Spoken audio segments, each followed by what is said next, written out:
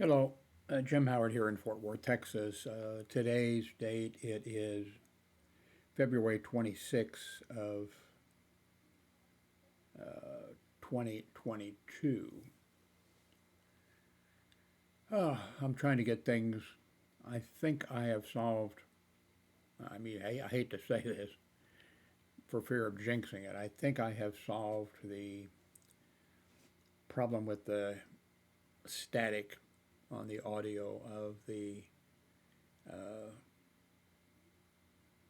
computer that I have. I think. Back. I don't know that. Computer, what time is it? The time is 8:44 p.m. Computer off. I think I'm going to have to do away with the echo system. My son changed his echo system to, I think he changed it though again just a while ago, but he changed it to what I was using, which was Alexa. And my ex-wife, she uses Echo or what, but anyway, it caused problems, so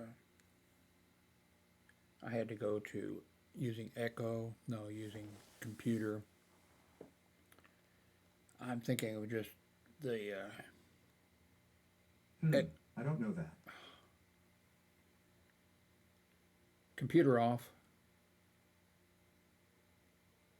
computer volume 1.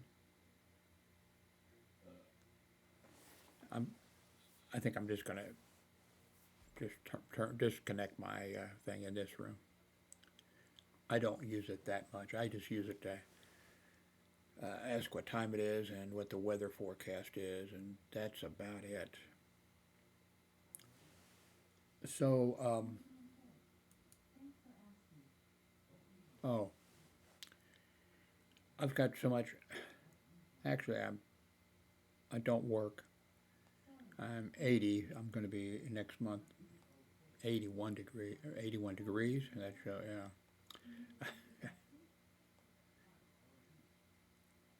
That sounds about like my IQ. A friend made me you may have seen it, an intro for all my YouTube videos. And then you made an update to it. So the update you may not have seen, but he's using an Apple computer system, I believe. And so he sent me the intro, but I can't just save it to the desktop or whatever. I can't get the file out, and what I think what I might have to do is go and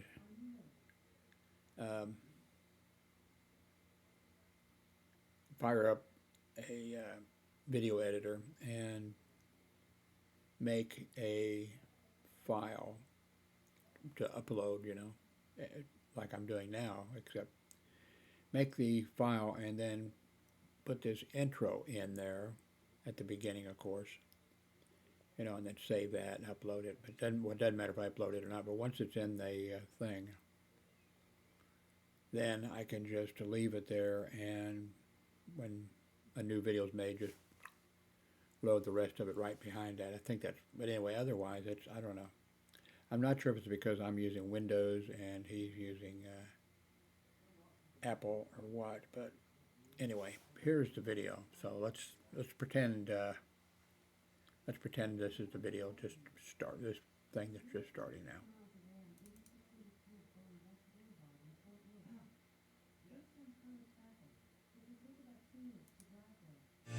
Jim Howard here in Fort Worth, Texas.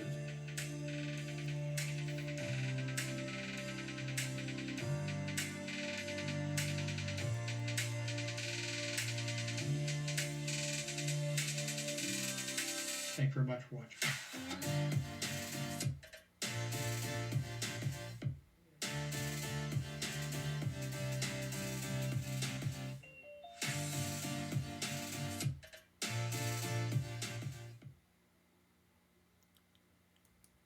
There we go. That was just about perfect. Well, I mean, that was perfect, but I need to get it anyway. Um,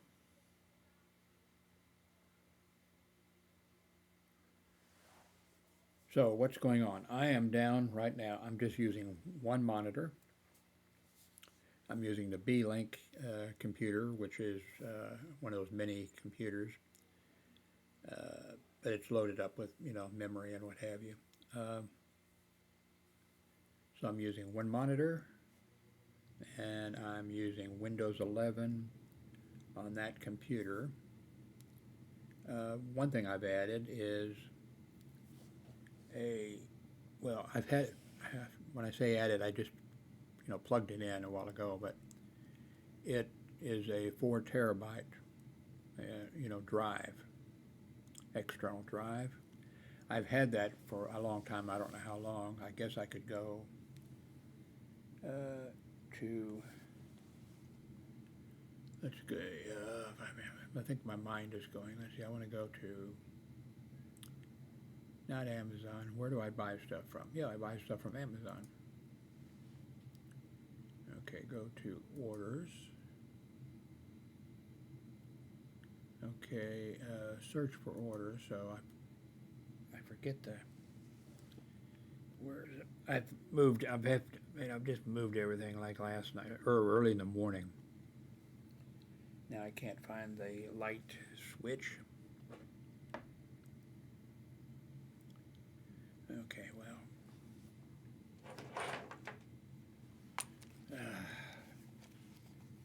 Terrible to be old and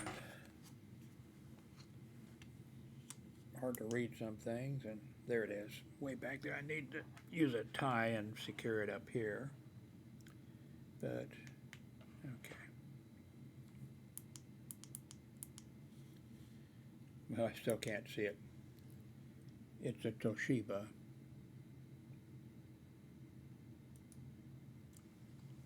Let's see. TOS. I can't read it so far. Toshiba.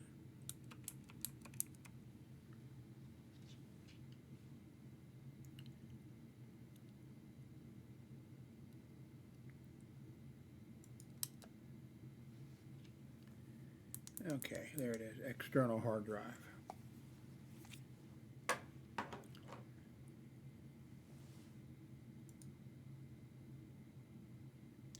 Okay, now let's go to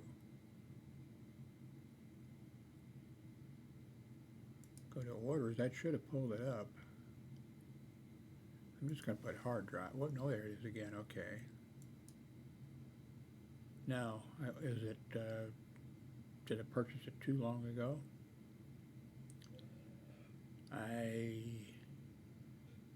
Okay, never mind. Anyway, it's a Toshiba 4 terabyte.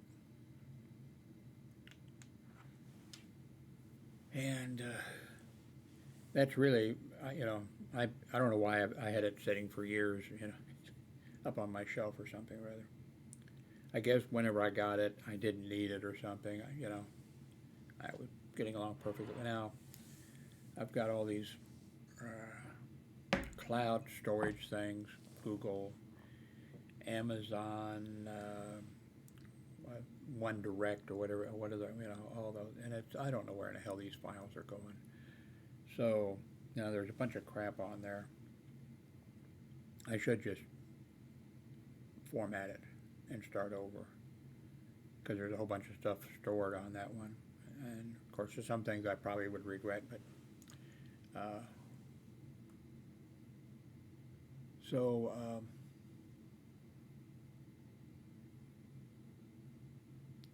I think the audio problem is taken care of, and I'm using, well, I have that hard drive which has nothing to do with it, but I'm using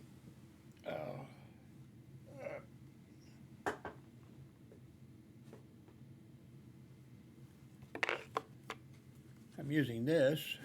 Is it upside down? It's upside down. This docking station.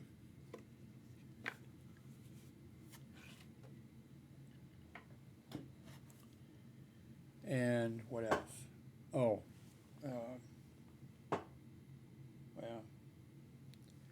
I'm using the Sound Blaster X5 or something or other. Through the docking station, and the staticky sound, which has been a problem with this B-Link computer for the audio, appears to be taken care of. So let's go to YouTube. Where are you, YouTube? Well, I can just type in YouTube. There, yeah.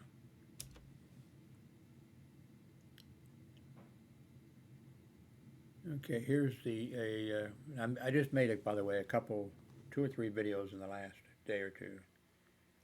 That's one reason I hooked the 4 terabyte drive up, because they're going where in the hell I don't know. You know.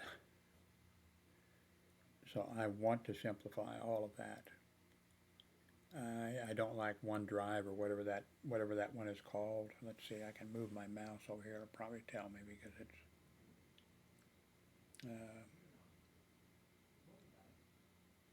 Let's see, OneDrive. Yeah, I hate OneDrive.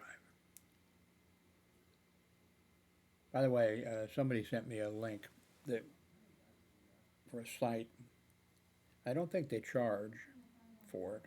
I'd pay a small amount anyway, but what it does is it scans your computer system, and it sees what you're signed up for, all these different things you're signed up for, and gives you the opportunity, I guess, just to. I haven't ran it yet. In fact, I probably can't find it now, but it will just give you the opportunity then to, uh, unsubscribe instead of having to log into them and then try to find a place where you can, like Adobe. I've been signed up for a long time to Adobe, and then of course I let it expire because I never used it. The Adobe website. I never used any of their software in there, but I paid. Then I let it expire. And I thought, well, so I signed back up for it. Then I don't know, 6 months later or something or other, I decided I'm just gonna unsubscribe and save some money. I went there and they said, I forget what the amount was. It was okay. When you signed up, you agreed to keep the account for a year. Now remember, I had been signed up for years, and then so if you unsubscribe at this time, if you turn off your service, you have to pay. And I'm not sure if they gave the amount for the 4 months or whatever it was. I'm not sure if they showed you the amount or if they just told me, and I said, no, fuck it, I'll just stay with them. But there's a bunch of other, like Microsoft or Microsoft. Uh, what do they? Well, I don't even know what they're up to now. Their thing is, you have you have a bunch of programs, and really, it's a small amount of money when you're paying monthly. I forget what it is. I think it's under $20, and you have access to Outlook Express, which I always liked their mail program. Although I had some problems, and a lot of other people have had problems with it. Things happening, and you can't get something to, But also Word, when you get Office and all that kind of stuff. And it's not very much money, but I don't use, I don't use our spreadsheet program. I just don't use it. And I know some people do, because you can do a lot. It's surprising how much you can do with Word or with spreadsheet or with some of those other things that you can get. I mean, I've seen people, boom, just creating pages for for the internet stuff. So there's a lot you can do, and it's a very small amount of money. But I'm going to run that thing and go through, because I'm signed up for way too much stuff, and I'm signed up definitely for online storage. And I do realize that what's going to happen, because I sort of had something like that happen in the past. I signed up a long time ago for a, you know, free storage of, images and what have you. And I very rarely uploaded anything to it. But then eventually I uploaded more. And then eventually they informed me that, I'd reached the limit. And so uh, if I wanted to continue to store the extra stuff, that was outside of whatever the limit was, I'd have to pay such a, which wasn't a lot of money, but I'd have to pay that much, every month. And I just decided to hell with it. And then what happened, I had I was in Orlando, I think. Yeah. Or right after leaving, Orlando, Florida. Um, so I lost the extra stuff that I had stored. Well, from Orlando, where we were living on the eastern side of Orlando, just a very few miles. I think maybe 30 minutes, 40 minutes from Titusville, where Florida, where the international, or the Kennedy Space Center, or the place where they launch, thing. And so from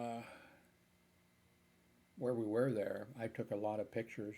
And one day, everything was just in the right. The sun, I guess, was behind me, and it was a launch. And where I was taking still pictures, and I don't think I was even using a telephoto lens. And I could see the rocket going up. I could see the booster rockets, breaking off and falling, and it was just, great. And I thought, man, this is great. That's a group of that's the pictures that I had there that were in the extra. And so when I canceled that, they're gone. So I just want to have it on I want to get where maybe I'll keep one. Well, I tell you, okay, uh, Google Photos is good because of the cell phone. You take a picture and bang, it's of something, and then I can take a picture and come here and sit down and pull it up on my.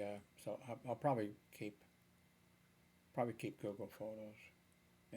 Anyway. Uh,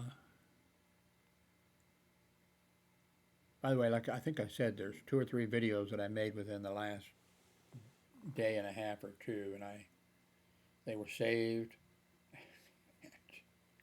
I don't know where they are. I don't know if OneDrive has them. I don't know if Google has them. I don't know who has them. I want to put it into that. I want to keep it simple. Uh, I'm looking up at the same place you are, I guess. Windows 11 is what I'm using here. I made several videos where I talked about waiting for this to be. This was actually making sort of a trade for it. Uh, let's see here. There it is. I haven't hardly messed with this at all. Just got it the other day.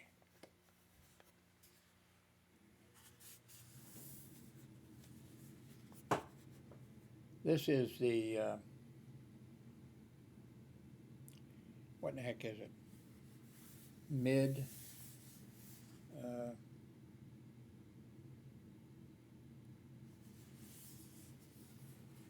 was it 2012 or 2011? I can't remember. And it's really built well, and it has every connector on here, including that one that I don't think anybody's using it anymore. That was such the big deal. What they call bridge, or what they call. But anyway, so I got this, and it turns out I didn't know for a long time.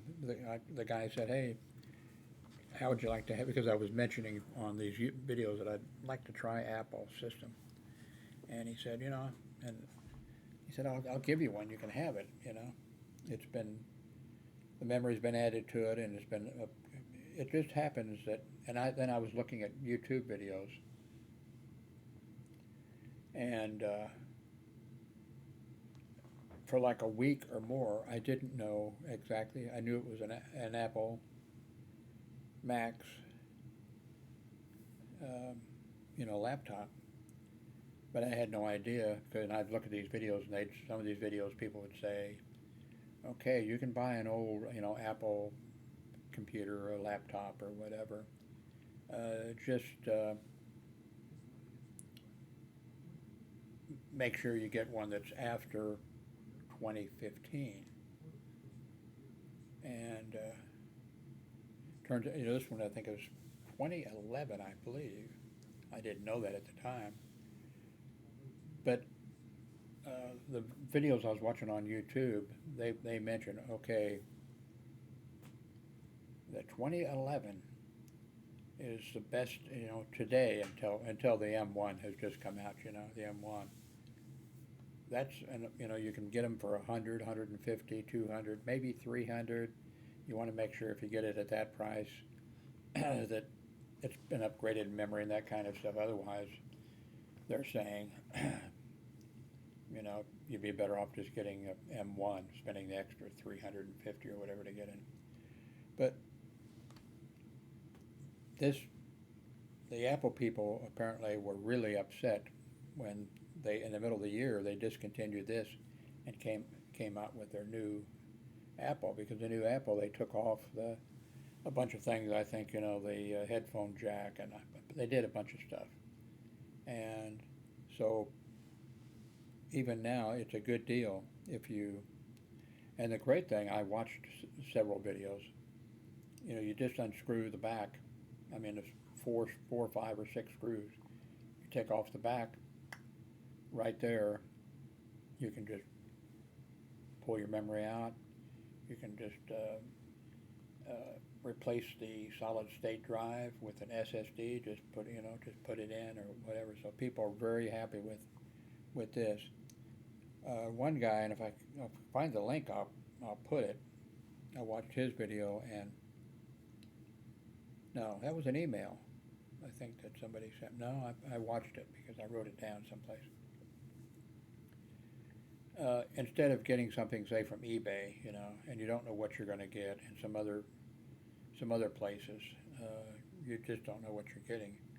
This other company, you're going to pay a little bit more, but they guarantee, they check it out, do whatever's necessary, and you pay a little bit more, but they guarantee it for like a year, and it's going to be like pristine condition and the whole bit. So, which I think this one is in that point now, I believe. The one drawback with this, I think I mention the, not here.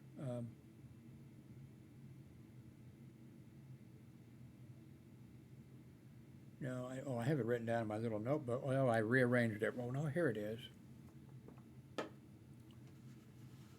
Well, I don't have the name of I think, the company. But there's a company that,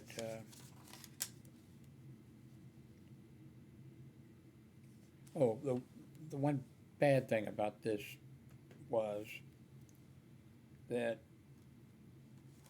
the screen resolution, not, not very good. But if you hook it to a external monitor. Let's see. Okay, this was the that's what they actually call it, mid 2012 MacBook Pro. The mid 2012 MacBook Pro.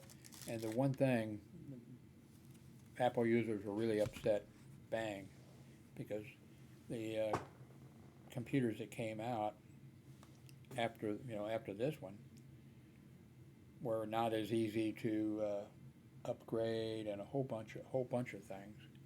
And everything was great about this except the resolution on the laptop. Actually, on the laptop, I forget what it was, but it just wasn't. You know, that was not a good thing. Everything else was excellent about this, but not as good. But if you hook it up to a monitor, then it doesn't matter. The resolution and everything is fantastic. Good. Everything's great. And of course, I've got I don't know how many monitors, not counting the ones that are being used. I got plenty of monitors. And but the only thing when I got it the other day, I haven't done very much with this, but when I got this thing the other day, well, first I went to plug in the power supply, and where in the world is the power supply? Plug in, and then I had the cable over there, and got it close to the thing, and snap, it's magnetic, So, wow. Uh, I guess that's been a regular feature of Apple computers or something. But then and I was looking, okay, where does I don't see an HDMI port. I don't see uh, uh, what's the other port that I use all the time? HDMI. Oh, I can't remember. I couldn't see any connection, and then uh, actually contacted the guy that sent it to me, and he sent a message back. Oh damn! I totally forgot that. He says you need a special uh, cable. So I ordered a cable immediately. It was very inexpensive, and it lets you. Okay, I have some notes here. I think the resolution, like on the screen of this, is 1280 by 800, I believe, if I wrote it down correct. And but as soon as I get the cable, I'm looking to see if I um,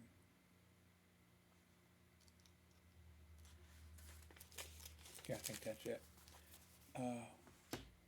But as soon as I get that cable, and I think it'll be here. Well, tomorrow's Sunday, I think. I don't even know. Anyway, it'll be here pretty quick, just a couple days, and then I should get fantastic. By the way, I hate trackpad. I hate portables. I hate trackpads. Now, the only portable I had, well, not counting back in the olden days, you've heard of Commodore 64. Well, I had a VIC 20 also for years, and the Commodore 64, I ran a bulletin board on it for years. Uh, I had several, anyway, I had other computers too. But the Commodore 64, I think it was 64X or something or other, it was aluminum, you know, it was heavy. I mean, heavy. And the screen was like this big. I couldn't believe it. Uh, but you could plug a monitor, you could plug a monitor into it. But anyway, this should be, it should be perfect for me. But I don't like a trackpad. The keypad seems excellent. Seems like it types really well. Anyway, I'm not sure what I'll be doing. I'm not going to be walking around with a laptop. And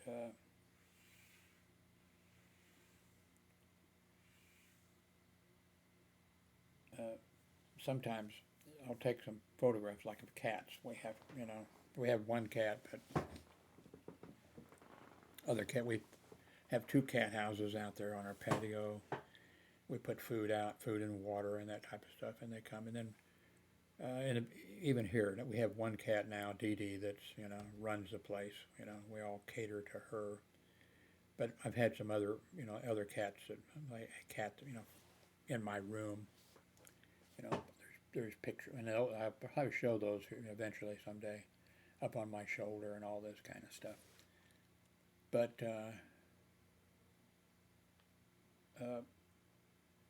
oh, sometimes like out on the patio, my ex-wife is wheelchair bound. She's either wheelchair bound or in her bed watching television nonstop and YouTube videos. She's become a YouTube fan, and uh, and then she has a computer, desktop computer set up in the living room, and she can, with her wheelchair, she. I could not get her to, you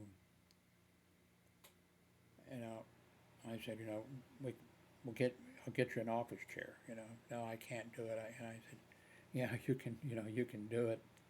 If we have to, there's a little board we can put, and you can just slide. She said, no, I'd fall, that kind of stuff.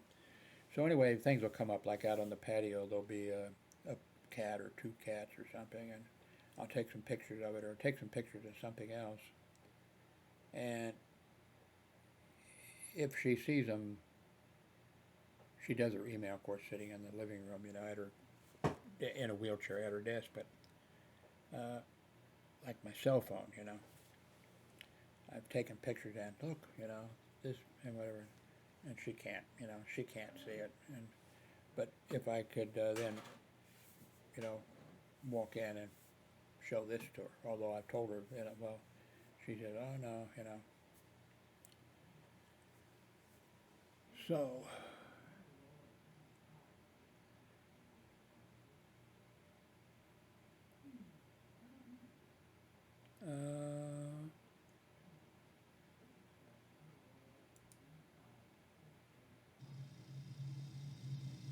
oops. She's very fragile when it comes to, like, breathing. That Let's see here.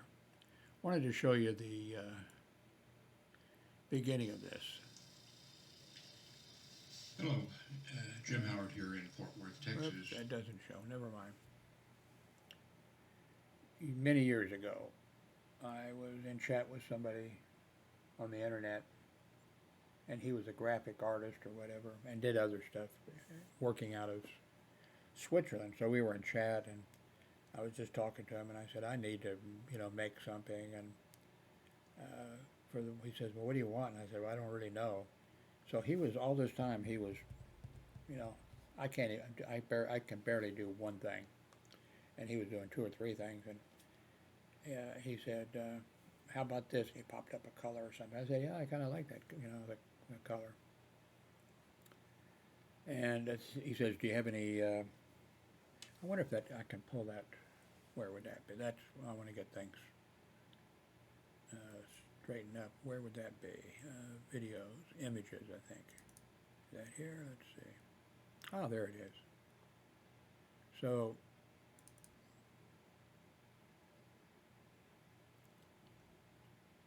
okay. Maybe pull the editor up, huh? Let's see if that'll do it. Oh.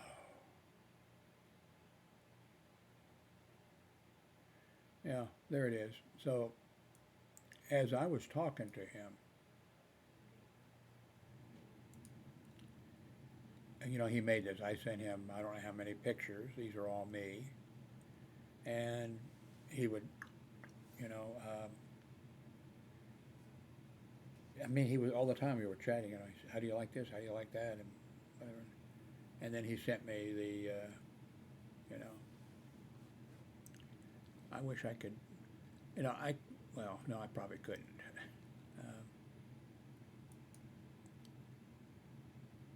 By the way, this is, I should scan this again with the scanner, because I could get a better thing with this. I wasn't in a hurry or anything. This is 1932, grade school graduating class. This is my mother with red hair. You can almost tell that the hair is red, actually. This is her. She was poor. Of course, probably a lot of these kids were poor. That's 1932, things were really bad, but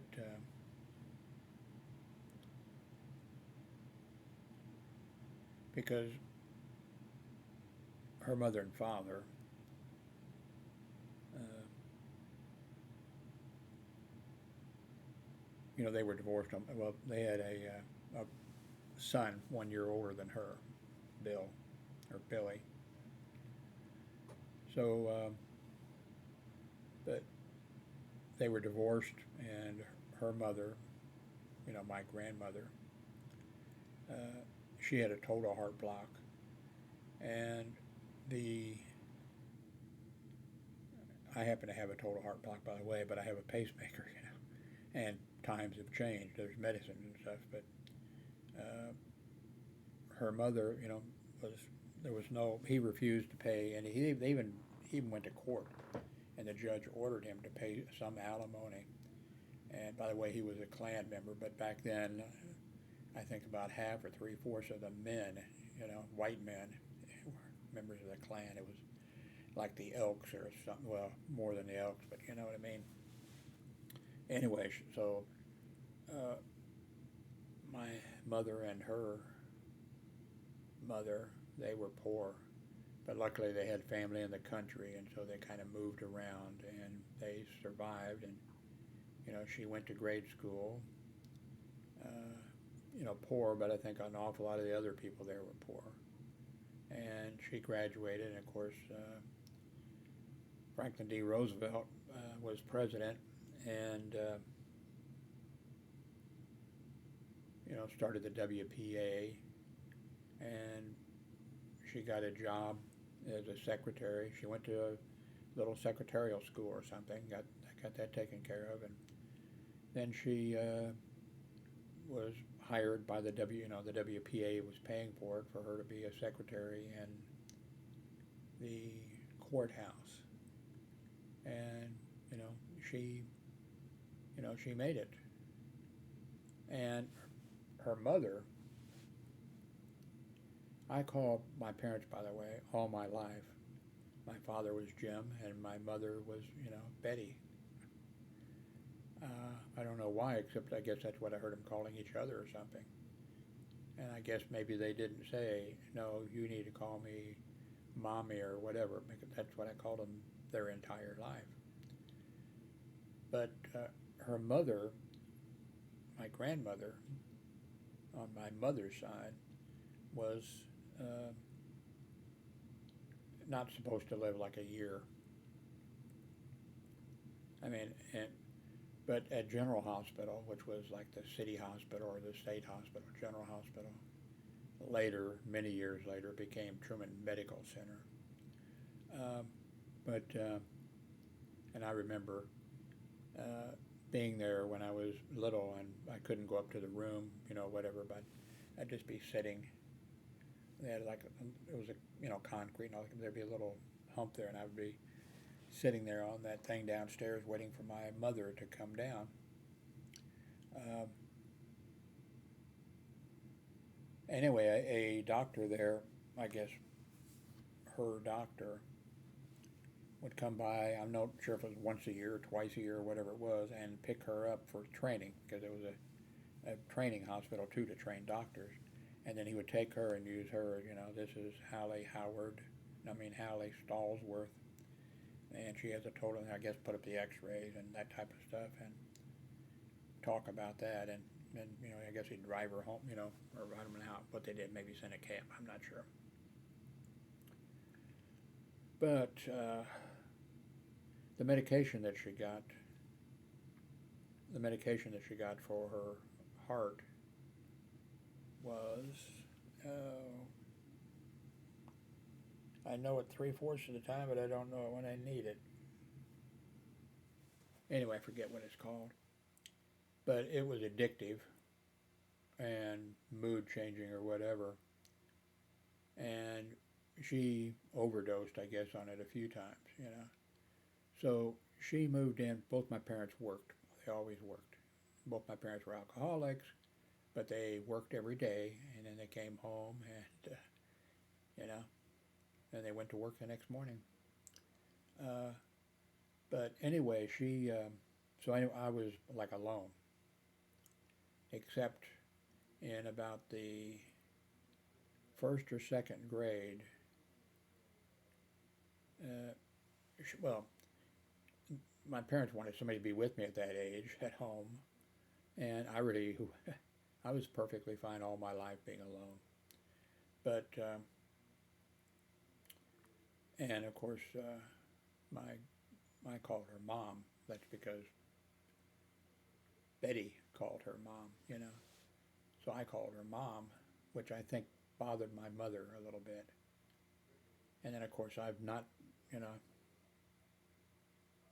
I don't think I ever told my mother, and I don't think I ever told Betty, you know, I know you're my mother, and blah. I never, you know, because I didn't have those kind of skills because I've never, you know. But anyway, so I guess I thought it was a good idea. Uh, Mom would move in, and she could look after me, and I would be in charge of giving her, you know, her medicine, and not before, you know, whenever it was, however often she was supposed to get it, then she didn't get any extra. Uh,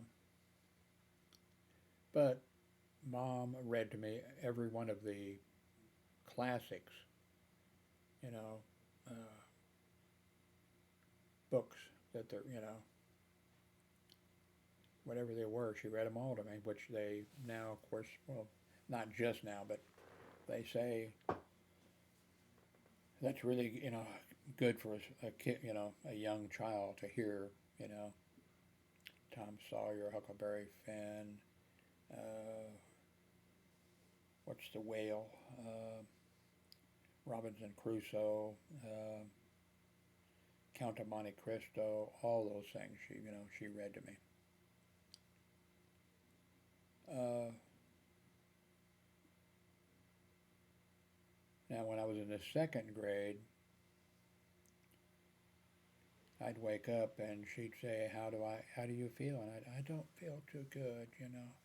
Everything, "Oh, honey," and yeah, I think I need to stay home. So, of course, I had the measles and a few other things during that year.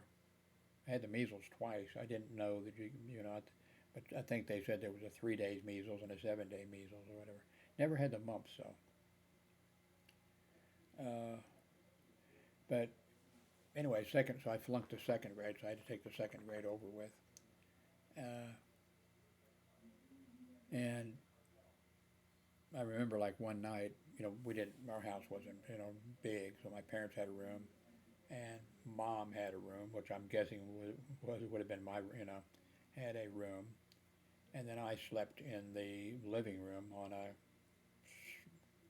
roll of bed or something. And I don't know what time it was, but I remember I woke up because my mother was, you know, dressed, and there was Mom, and Betty said, you know, I'm taking Mom to, you know, the hospital. And then when my mother came home, she told me, you know, that Mom had passed away.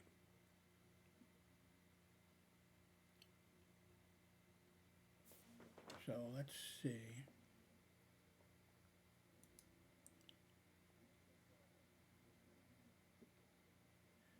Here's something. I think I paid for this from Fiverr.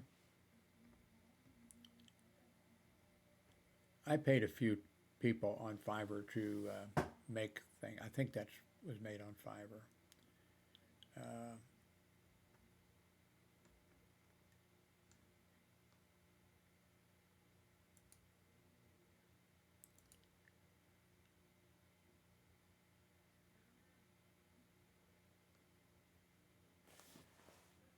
Looks pretty good though. A lot of times, you know, Fiverr would make, you know, somebody on Fiverr would make something for me, and they would say, you know, just if it's not what you like or want or something like that, you know, I'll redo it or whatever. Usually, now this one was fine with me, and I think there was another thing that went with it. But usually, I would just say, oh, it's fine, and then end up never using, you know, something. Now, does this photo look, does this look strange to you? That's me. That was taken with Panasonic G7 camera. With the one of the many settings that you have is, I forget what it's called, beautification or whatever, and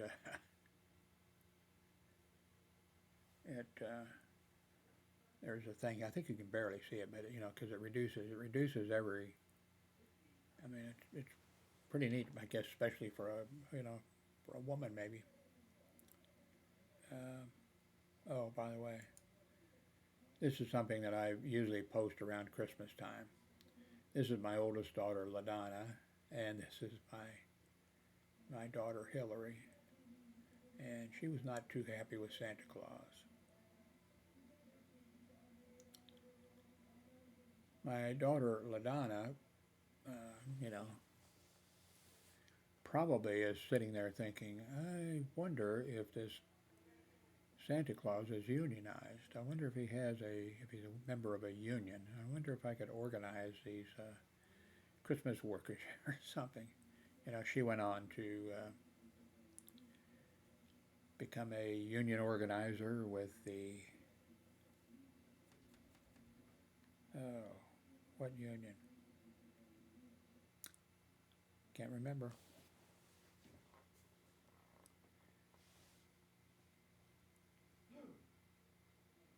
By the way, there's a police department that well, LaDonna, one of her first jobs, she was hired in, she's young, very young, to be in charge of the Greenpeace office in Kansas City, Missouri. And she ran the office. And then later she was moved to New Haven, Connecticut to be in charge of the Greenpeace office there. Then she later was moved to Los Angeles, California to be in charge of the Greenpeace office there. But then she went up for a little bit, she worked for a publishing company. And then the Service Employees International Union hired her. And she rapidly moved up. And then there was an election for the new president of the Service Employees International Union. And if I remember correctly, LaDonna was working in the Los Angeles office then of the union. And the person in charge of, who was a vice president, they have multiple vice. I've been a member of the Boilermakers Union, the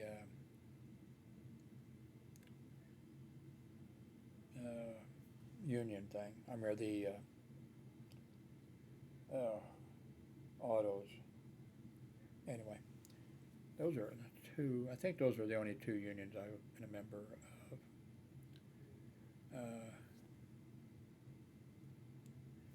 But anyway, so she was. Well, so anyway, these unions have, like the Boilermakers Union. Boilermakers Union, it was Local 83 of the International Brotherhood of Blacksmiths, blah, blah, blah. And that union office, Local 83, covered, I think, 4 states: Missouri, Kansas, Iowa, and some other state, I believe. And they had probably a vice president they had a union. My dad was ended up being a union official, one of the business agents. They had three business agents for Local 83. And my dad, there was the head one, and then there was my dad and another. And but anyway, they have these. So anyway, in California for the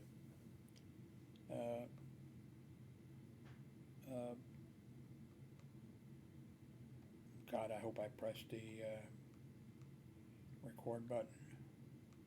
Oh my God! On this video. Anyway, LaDonna was, she's really smart. I can say that because she didn't get it from me. And but I mean, and at the Los Angeles office, she made a name for herself and she moved up, and I'm not sure what position she held. I'm not sure if she was like one of the assistants to the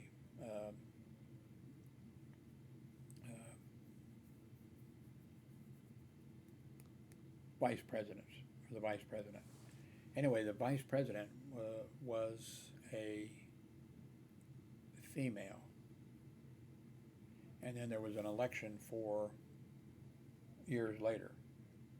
There was an election for uh, the president, and it made news, uh, big news. I mean, it was like, boom, the Service Employees International, just and they elected, which I think was a surprise, this female. And so then she went to Washington, D.C., where the headquarters of the Service Employees International Union is, and the vice president, the female who had been elected, came to my daughter and said, LaDonna, I want you to go and be my assistant. Now, she might have had more than one assistant, I don't, in Washington, D.C., so LaDonna and her husband moved to Washington, D.C., and LaDonna was given some unbelievably big jobs to do, and well, she was just doing amazing stuff. She gave her jobs to do, and she managed to. One of the hardest was she had to. I'm not sure exactly what the thing, but she had to basically run the changing of the union's computerized system, which she knew nothing of, all that time. She had to do all that kind of stuff. And but now the reason I don't like what the Greenpeace did, they don't have offices anymore, I don't believe. Well, maybe in some city, maybe in one city they kept an office, I doubt it. But what they did was, they would have an office with, I don't know, well, I guess it depended a little bit on the size of the city, but the Kansas City Greenpeace office, I think they had maybe, LaDonna and maybe an assistant or something, maybe two assistants, and then they had, I'm guessing, 10, 15 people, who worked. And what they all did was they'd go out to different communities and they'd go and, knock on the door and say, I'm with Greenpeace and here's our newest newsletter or magazine or something. And then they would also be like, it would be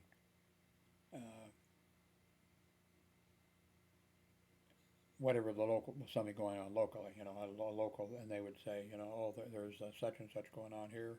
We'd like for you to support that and that kind of stuff or whatever.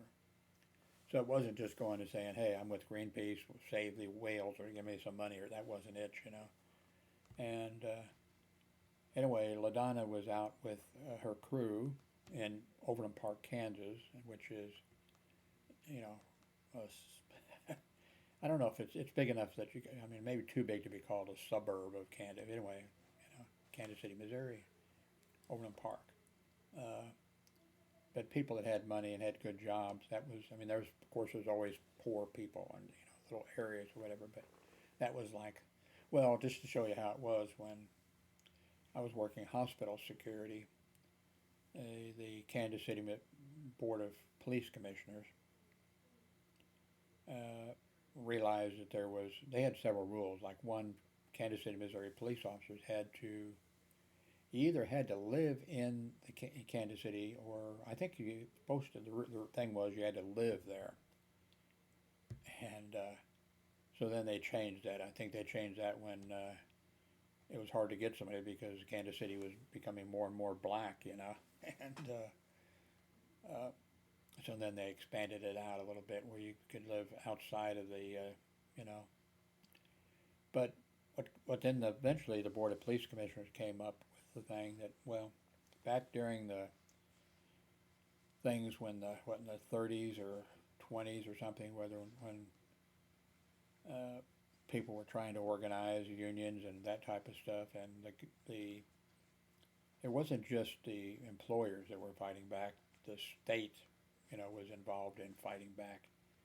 They even had the National Guard even bombed. Some employees went on strike. I think it was a coal miners. I'm not sure.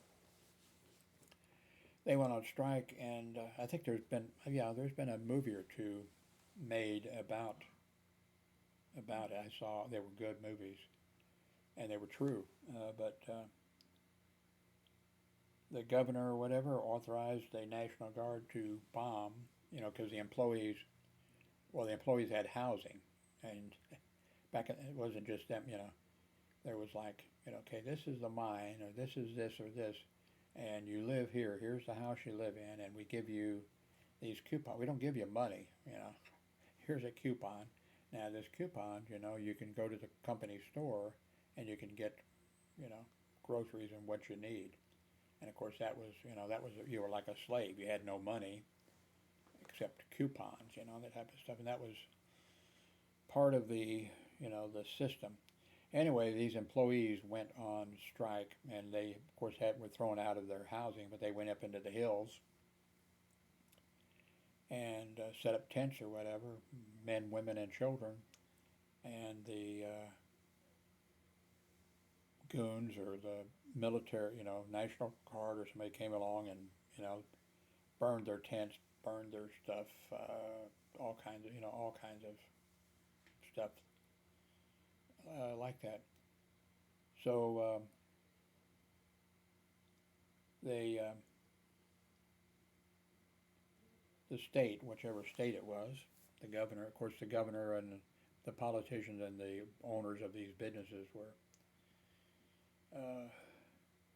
in cahoots. There was a lot of people striking around the United States at factories, steel mines, all kinds of things, and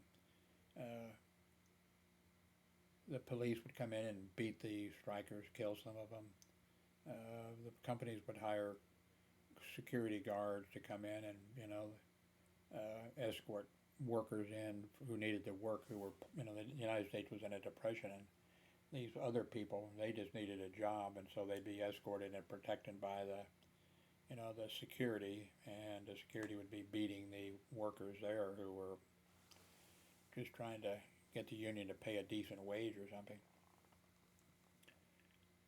So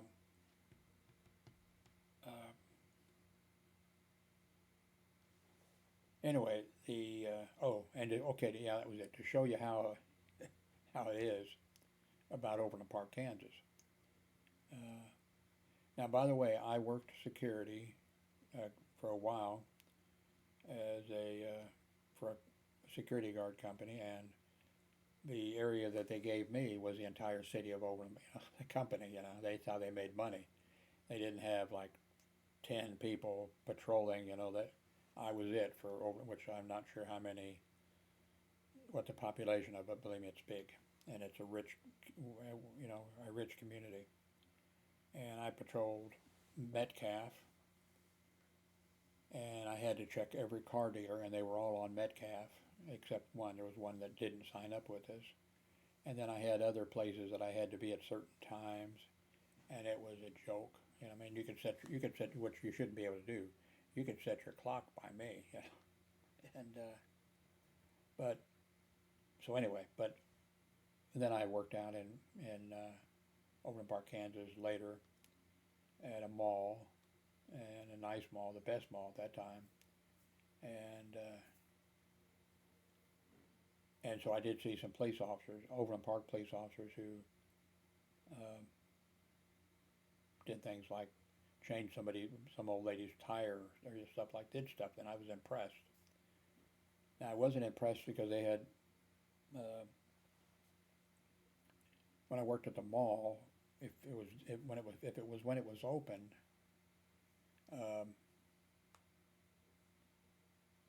because they had me work like a few nights, and it's kind of strange, a gigantic mall, and you're the only person there. There's all these side tunnel things that come in, What if somebody was in there when the place closed up, What if somebody, that worked there would put some tape on the door so the door, when it closed, wouldn't latch. And so that was the only time in my life that I mean, walking through there, and then the air conditioning would kick on, and the mannequins and things would be moving, and their clothes would be moving. And but anyway, when the place was open, they had two Overland Park police officers, and then me. And this was when I was doing that was when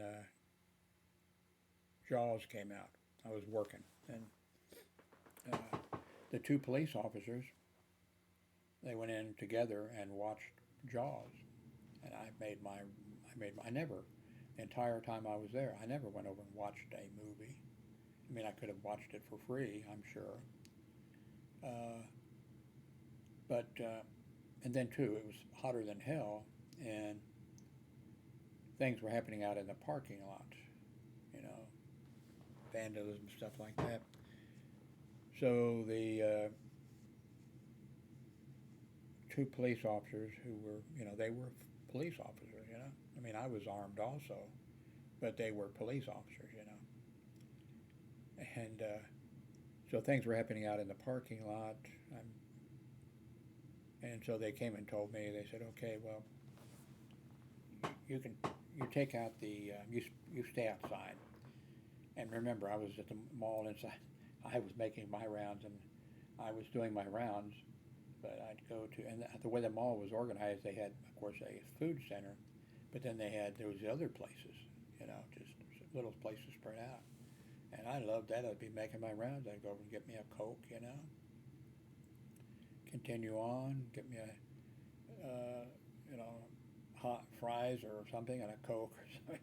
Go around, get me an ice cream an ice cream thing, I really like it. But anyway, they come to me and, okay, you're going to be outside. And it was over 100 degrees, and the truck had no air conditioning. And so, I thought, okay, these guys really weren't doing anything, really. And I thought, one of them, could go outside, but that was no, no, I was the guard, But okay, then what came? Oh my God! Because of the strikes in the old days and that kind of stuff, the state of Missouri passed a law that no one could be doing security or anything like that unless they lived, in order to be a deputy or to be a police officer or security, Pinkerton or Burns or whatever, you had to live in Missouri. So that was because of the goons who were coming in and, beating people up. But the Board of Police Commissioners eventually, many years, well, it'd be like 1970s. I went by the Director of Security's office at Trinity Lutheran Hospital, and oh, Jim, come in, Jim. And he said, oh, it's just terrible. We're going to have to, not me, him and the other directors of hospital security, Yeah, there's this law, and the Board of Police Commissioners had sent out a thing saying, that you have to live in Missouri. And all of these guys, maybe except one, but all of the directors of security lived in Overland Park. In other words, there was a little bit, that was kind of a wealthy area. They all lived there. I didn't. I never lived in Overland Park, but. And I said, well, you don't need to be, commissioned, and you don't need to carry a gun. You've got security officers here that are trained, and I gave him no sympathy at all. Anyway, they got together. They got the lawyers together, and they went to the and they got the Board of Police Commissioners. Oh, okay. Because I'm sure the Board of Police Commissioners also had no idea that, Overland Park was in Kansas, by the way. So that was that. Anyway, back to Overland Park, Kansas, and back to Greenpeace.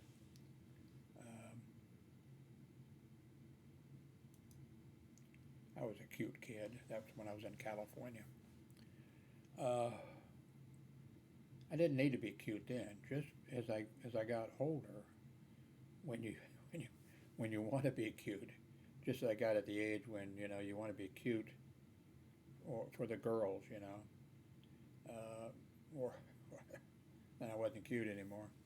That was wasted being cute then. Anyway, back to Overland Park, and so my daughter is working for Greenpeace, so she takes her crew out.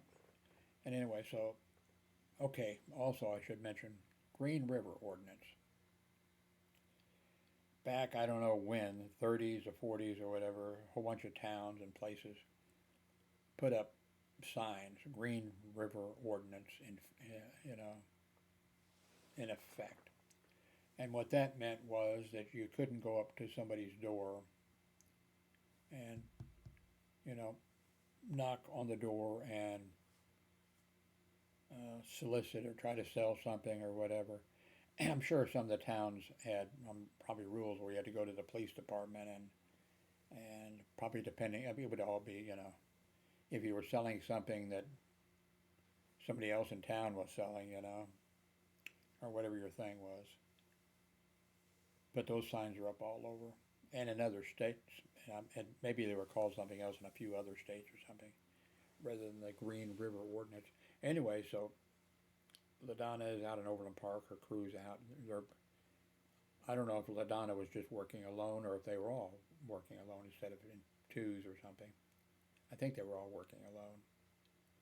And so LaDonna goes up, knocks on the door. The the place might have even had a sign. I doubt it. Might have even had a sign, no trespassing. I think if LaDonna had seen a sign that said no trespassing, I doubt she'd probably gone to the door.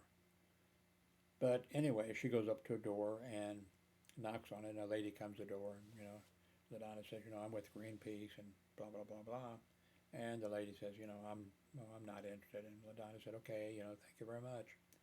Went out, and then she was on the sidewalk again, walking down the sidewalk, looking for the next place, and a car pulls up real fast in the house, the driveway, of the house that she'd just been to. And then I think LaDonna could hear a guy, talking to his wife or kind of yelling at his wife uh, about who was at the door or whatever. And then he hollers at LaDonna, and he goes out and he says, were you just up at that, And LaDonna says, yes. And she says, I'm with Greenpeace and wanted to talk about this and that or whatever. And he said, yeah, one of those hippies, one of those, I've used 3 or 4 terms like that, one of those hippies, one of those whatever. And he says, you're under arrest. And she said, what am I under arrest for? And he says, violation of the Green River Ordinance or something. You're not allowed to go up to doors. There's a sign when they come into the city, I forget exactly what he said to her. And so then it turns out he was a high-ranking officer with the Overland Park Police Department. I'm not remember if she told me what his rank was or whatever, but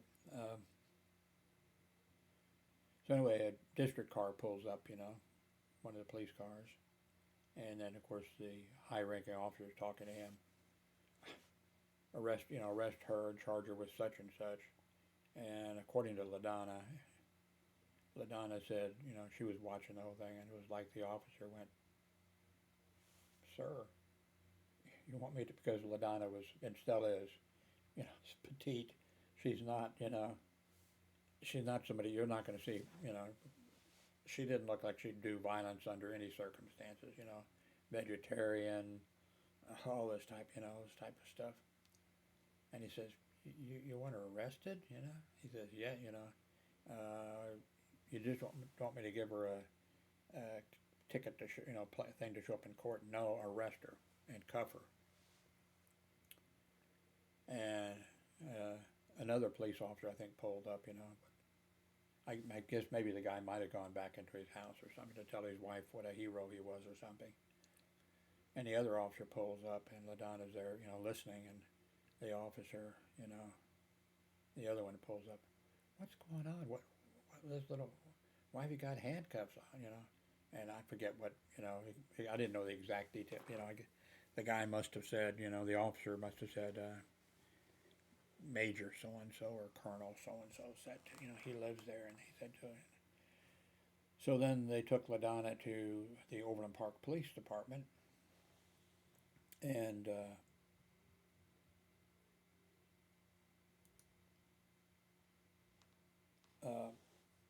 she goes in there, and they set her down. I think they took the cuffs off. They set her down there on the bench or something. I guess they fingerprinted her and took a picture of her and did all this kind of. Set her down on the the bench and everything. And as the other officers were like, she didn't look like the people they might see. What's this little girl over here? What's that? Oh, some colonel or whatever he was. Colonel so and so. He wanted her arrested. And then the word came down. Usually, they would have just put her in a cell or a holding thing, and then or she'd been allowed to call home or whatever. And I had just got off of. I for years was a reserve officer with the Raymore Police Department. For many years, all we had was reserve officers, and I patrolled one day. A few times they'd call me in to work, and then they'd pay me for that. But basically, each one of us reserve officers patrolled like one night, and I did that Sunday night actually. I could go in sort of when I wanted to, and I could, leave when I wanted to. But so I get home and the phone is, ringing, which was surprising, and I answer the phone, and I'm not sure if it was LaDonna now. I can't remember. It's been so many years ago, but was informed that LaDonna had been arrested. And so I said, I'll be right there, to the Overland Park Police Department. So I drive to the Overland Park Police Department, and I took my uniform off and everything, of course. I drove to the Overland Park Police Department and got there and, explained why I was there. And I could tell, because I've seen that look before, I could see these officers were like, oh my God. Yeah, I mean, like they're embarrassed.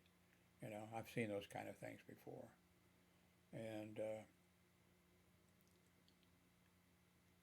so then they told me that they had transferred her to the Johnson County Sheriff's Department so she could be locked up properly, and they didn't say that, they said, well, so I had to drive out to Olathe, I believe it was, and, get LaDonna out. So then LaDonna told me, what it was, what happened, and about him saying to her, well, you're a hippie, and I forget what other, like left-wing term, what this is in the 70s, and for the Green River Ordinance. And I said the Supreme Court of the United States has ruled several times on that, and that you can't arrest somebody for violation of the green, if they're political, if it's a political thing or a religious thing. What would be some other group that would be allowed? Anyway, if it's religious or whatever, you can go up to the door and, knock on the door and you can talk to the people. And the Green River Ordinance has been, the Supreme Court of the United States has ruled that is, you can't use that to stop somebody from, for religious purposes, going up and trying to convert somebody to be a Jehovah's Witness or whatever it is. And you can't, arrest somebody who's for political purposes, that's a Republican or Democrat or whatever, they can go up to. And I said, this is ridiculous. So I called the American Civil Liberties Union and explained to them, and they said they can't do that. That's in violation. That's a constitutional, whatever. And they said, yeah, we will. We'll take the case. We'll be there for her court thing. We'll handle. We'll take care of it. And so I told LaDonna, and then LaDonna told Greenpeace, and Greenpeace said no, just plead guilty, to it. And then I was, oh God, man, and that was it. Fuck Greenpeace.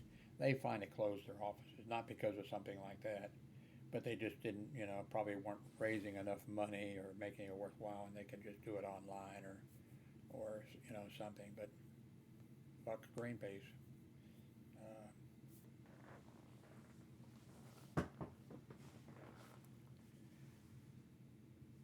Now LaDonna did get arrested for, I think, the first Gulf War or whatever that was. Now, if that was the one going in to rescue Kuwait, no. But I know she. I was worried about her. She was blocking the entrance to recruiting station or doing something, and that worried me, But that doesn't justify that asshole.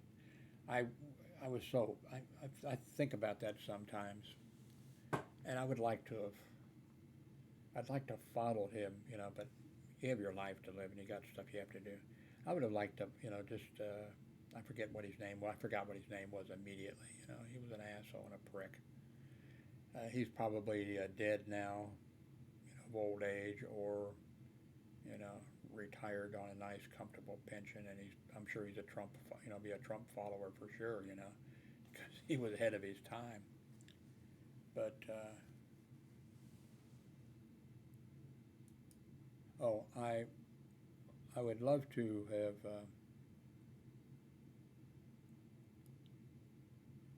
followed him because I would like to have seen that maybe he got caught for doing some of that stuff that he did. I doubt it, or that maybe he retired and then he decided to run for political, for mayor of Overland Park or something like that. And then I would like to have seen that, that he would have. I would hope, that he was royally defeated or something like that, but probably not. He probably would have been elected, and probably a good thing I didn't. When I first saw this picture, that friend of mine, the one who made that intro, did I show you the intro yet? He made this, and when I first saw this, I looked at it, and I thought, oh, that ugly guy with a wig, on. Oh, how gross. Maybe the picture was a little bit smaller, when I saw it. And then I did something, then I came back and I looked and, oh my God, that's me. I've never wore a wig, but that's me. Oh God.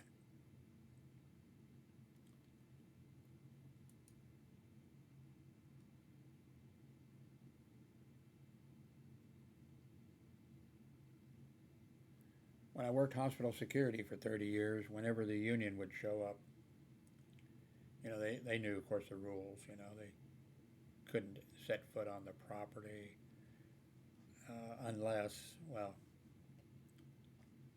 there were conditions where they could that are, federal decisions, have been made or whatever. But the hospital, the management would go fucking crazy, and I never went crazy, but the security would, the director of security, they went crazy. On to show you how crazy they were. I was working at Trinity Lutheran Hospital. The plant at the hospitals, the only people who were unionized were the plant operation people, And that was, I'm sure, deliberate. In fact, I was told it was deliberate.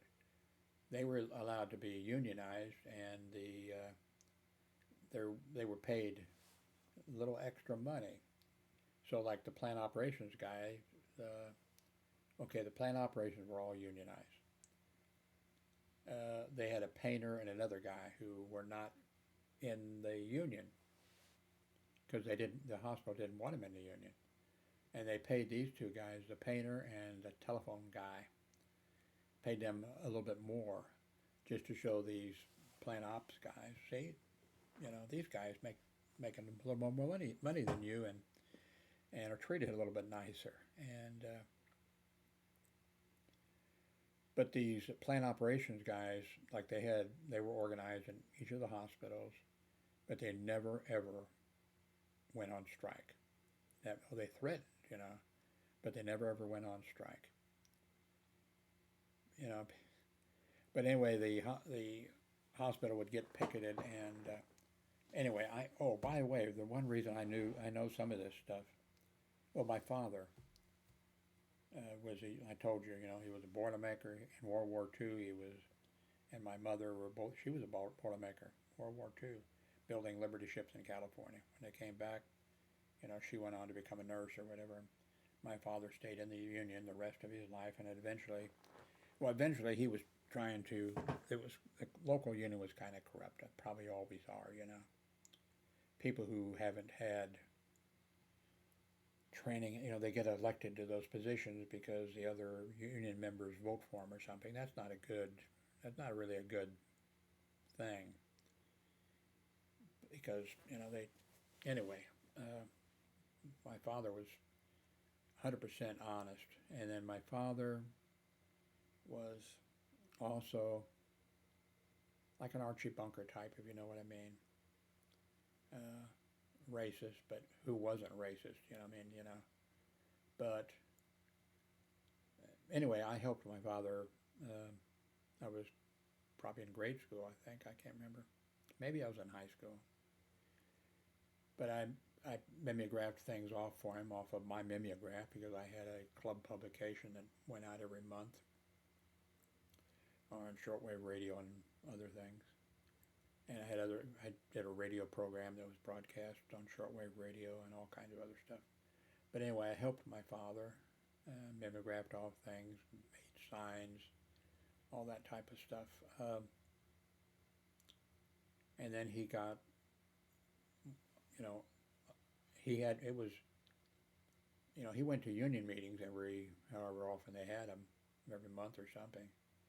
And there was a lot of opposition against him because there was like a business agent and two assistant business agents, and they wore suits, they got paid good money, pretty good money, they got benefits, and if you were not honest and ethical, you could make some more money. Like the head of the and they covered 4 states. Like the head of the union, the business agent, not an assistant business agent, he would say that he drove up from, because the headquarters of the local 83 was in Kansas City, Missouri. So he would say that he drove up to meet with workers up in Iowa, and he would put down mileage, and that he had to eat out, and he had to rent a motel room, all this kind of stuff, and he never left home. And there was stuff like that going on. So my father was, and also, at that, I'm sure it varied from place to place, and that's, when you get people together, you had to be a Mason and have the Masonic ring or whatever in order to be elected to any, that type of stuff. And my father, of course, was not a Mason. And so anyway, my father, and he'd have to go to the meetings. There was, some danger involved with him doing that. But anyway, so he got elected. Actually, he got elected as treasurer or something of the union, which was not. You didn't get any pay for that. Treasurer, I forget what. But then they, oh God, this Jim Howard keeps coming to the meetings and pointing out and telling us we can't do this, and you know, the Taft-Hartley Act or the Landon-Griffin bill or something, as you know, and he shows us the stuff, and just make him one of us, you know. So my father got, you know, picked for assistant business agent. My father never did any of that stuff that was unethical or whatever. He just wouldn't do it. And then things came up like the union. There was shop jobs in the the union. Darby Corporation. I worked there. That was a shop job. My dad didn't get me the job. They were hiring welders. If you could weld, even if you couldn't weld too, you know. We had a lot of farmers working there. I actually went to welding school. My dad paid for me to go to welding school in Cleveland, Ohio, and actually, you know, I became a pretty good damn welder at welding school because they, you know, these other guys, a lot of them. So some of them may have gone through other types of, you know, welding school, but uh, anyway. Uh,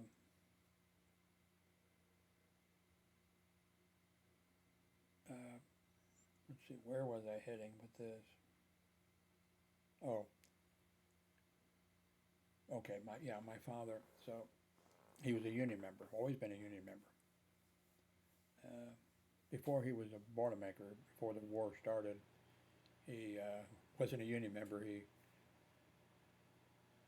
drove a horse-drawn wagon through Kansas City, and what was he? Bread. He was delivering, you know, bread and whatever else would go with bread. And anyway, so he becomes a union official, and eventually, okay, so the union would have, there'd be businesses that used welders or Boilermakers. There was companies that repaired built boilers. There were companies that, you know, repaired boilers, and they were unionized and got paid well. And but those places, like the factories and those kind of places, I was building railroad cars. Uh, Worked 1 year exactly at one place, and then worked later on. I worked 3 months at the same, different location, same, you know, Darby Corporation, different location. It was called the shipyard because during World War II they built landing craft there. Um, anyway, so when you, like, I worked at Darby Corporation. It was in Kansas, by the way. So uh, right to work state, which means, you know, if you don't know what it means, it sounds great. Right to work state. No, that means you can't. Makes it difficult to organize and all other kinds of stuff. It's just, and you didn't get paid, you know, as well as you should have got paid, or as well as if I'd have worked a few more blocks over into Missouri, which was not a right to work state. I'm sure it is now, because the Republicans really right to work. Oh yeah, well that sounds good. Yeah, that's what I want. Right to work, you know. Anyway, so there were a bunch of Boilermakers. I don't know how many who worked in the field, and so they got sent out of town to work on boilers and other things. My dad even worked later on in life. I mean, he was a union Boilermaker, but he was sent to uh, the Green River plant, which made nuclear bombs or whatever. They were building a plant there. He had a Q clearance, which it sounds really like James Bond, that type of stuff. The Q clearance, it was the highest, like it was up there, very high. But that was for maybe some other people. There was another group, but that was for people who worked as a, you know, maybe a carpenter or uh, something else, but you're working on, the place with, and you had classified information there, and that's the kind of, he had that clearance. Didn't matter, Q clearance. This sounds good, and he never told anybody. I spent the summer. My mother and I went there, and we spent the summer in Barnwell, South Carolina, and we spent the summer going to Confederate cemeteries and parks and lakes and stuff like that. They had the chain gang then, and that was a real chain gang. Later, a few years later, a few years ago, Georgia and South Carolina, maybe a couple, they brought the chain gang, but it wasn't the same as, probably wasn't good, but it wasn't as bad. Anyway, so there were, for the Boilermakers Union and other union, there were shop people who were unionized. And there was people who worked out in the field, moved around or whatever. Well, there weren't any blacks. There were blacks in the union, but there weren't any blacks that went out in the field, and that came up, and of course there was, where for the local 83 or whatever, it was, some blacks wanted to you could make a lot more money, working in the field.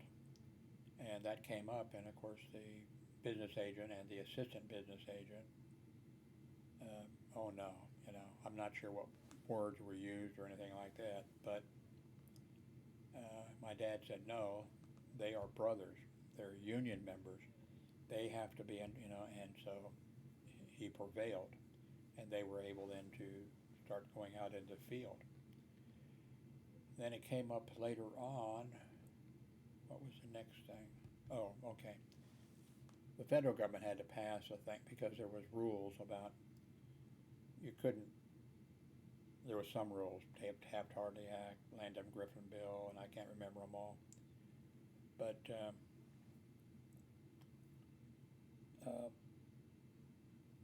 there were some rules.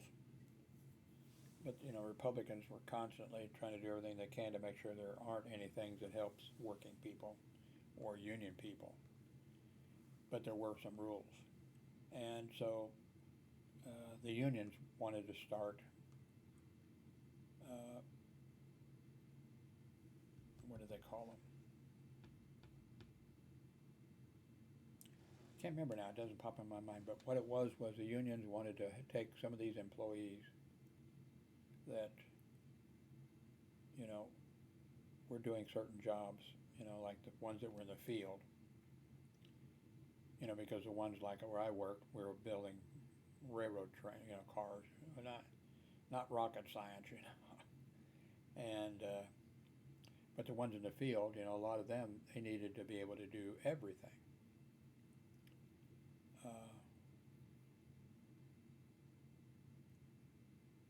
So the unions, the Democrats or whatever in Congress,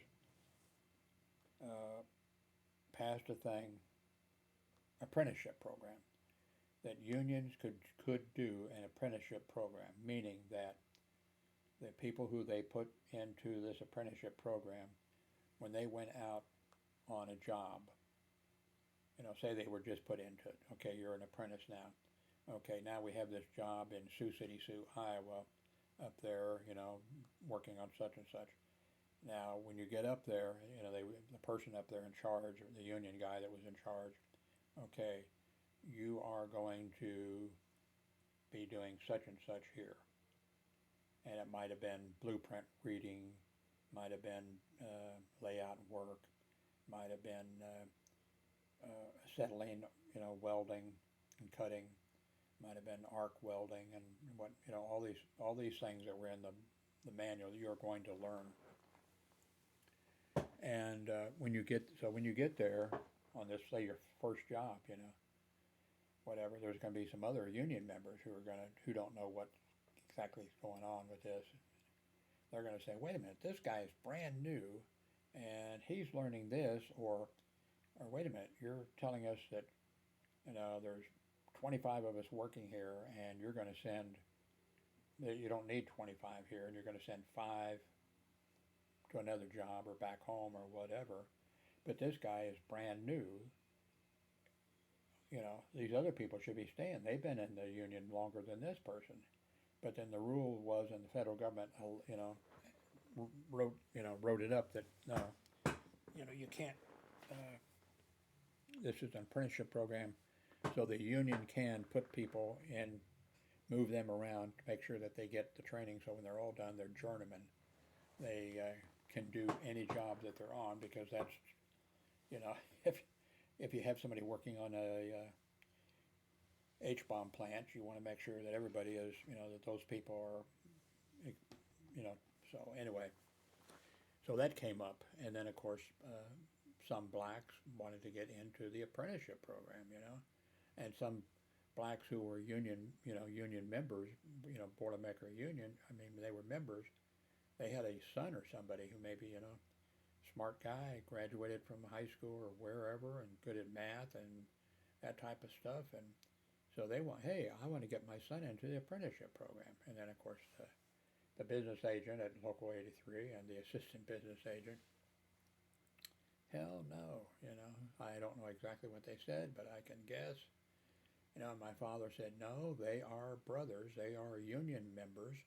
And so that prevailed. They got to go into the apprenticeship program too. I mean, they got to go in, they didn't say no whites can do it, I mean, it was like they're brothers, they're union members. So anyway, when my father became, the assistant business agent, this is really before the internet and all that kind of stuff.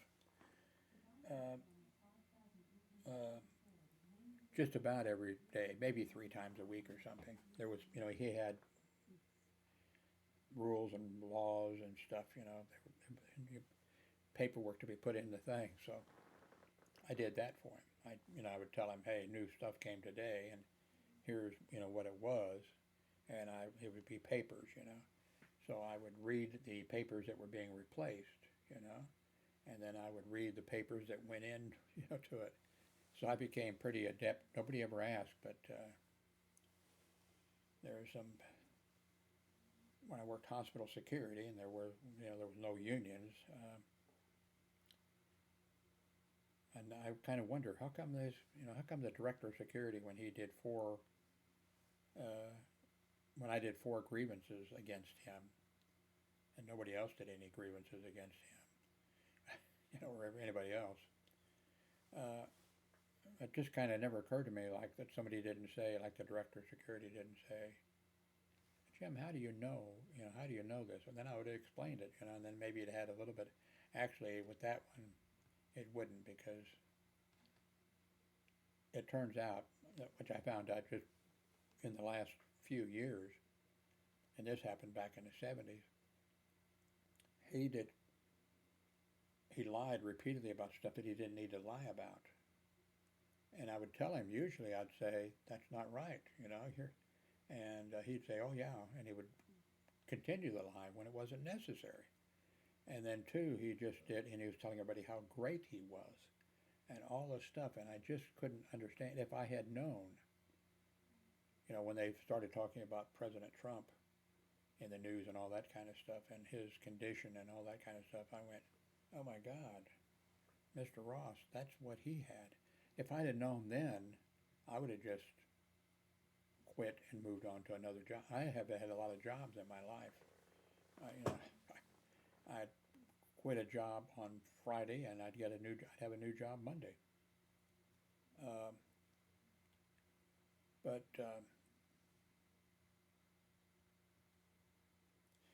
So I think I covered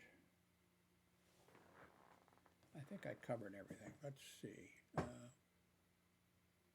No.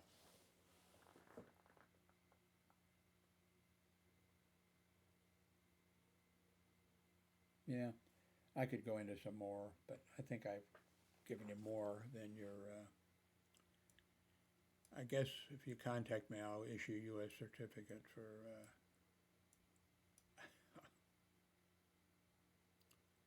Oh.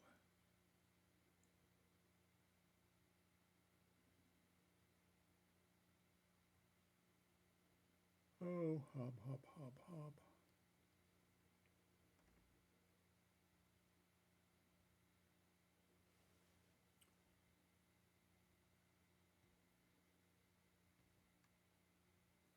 Okay, I guess that is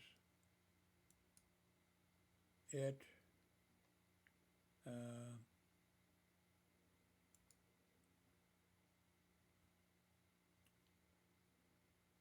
let's see here.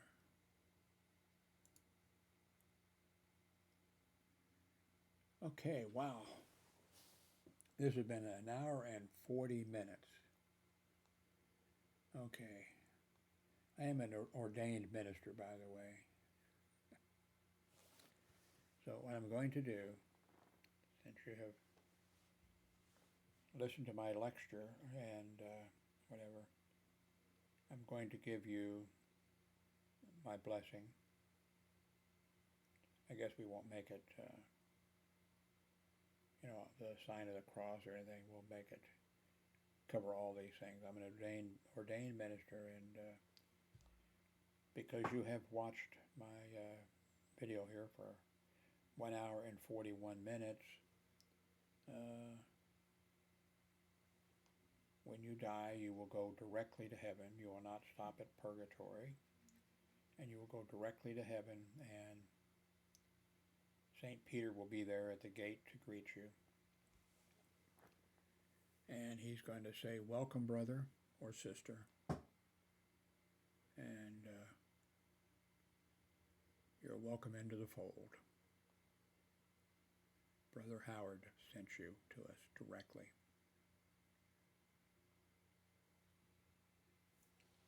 Thank you for watching. Don't forget the thumbs up. You'll get an indulgence for that also.